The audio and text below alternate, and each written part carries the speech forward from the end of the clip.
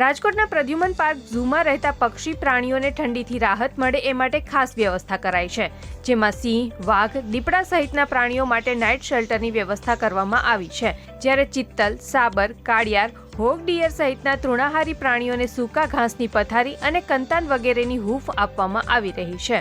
સરીસૃપની વાત કરું તો જુદા જુદા સાપને માટે આપણે એના સેલની અંદર માટલા પ્રોવાઈડ કરીએ છીએ અને માટલાની અંદર ખાસ પ્રકારના કાણા રાખી અને એની અંદર સાદો લેમ્પ જે છે એ ચાલુ રાખવામાં આવતો હોય છે, જેથી કરીને માટલું ગરમ થાય અને પ્રાણીઓ જે છે જુદા જુદા સાપ છે એને વીંટાઈ અને બેસી જતા હોય છે અને ટેમ્પરેચર મેન્ટેન કરતા હોય છે. શિયાળાની ઋતુ દરમિયાન નાના મોટા માંસાહારી પ્રાણીઓના ખોરાકમાં 10થી 15% વધારો કરાયો છે, જ્યારે તૃણાહારી પ્રાણીઓના ખોરાકમાં પણ વધારો થતાં લીલો ચારો આપવામાં આવે છે.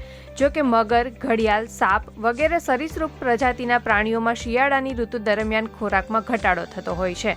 દિવ્ય ભાસ્કર માટે રાજકોટથી કુલીન પારેખનો રિપોર્ટ. શેર એન્ડ ડાઉનલોડ કરો દિવ્ય ભાસ્કર એપ.